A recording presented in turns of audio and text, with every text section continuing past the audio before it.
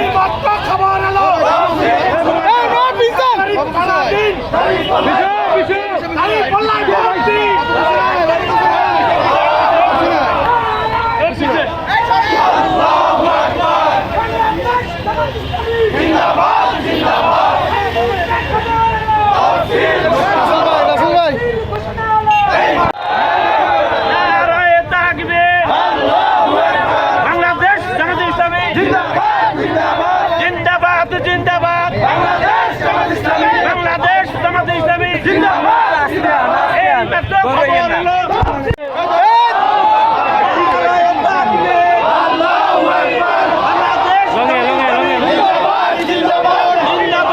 আপনারা কিভাবে দেখছেন?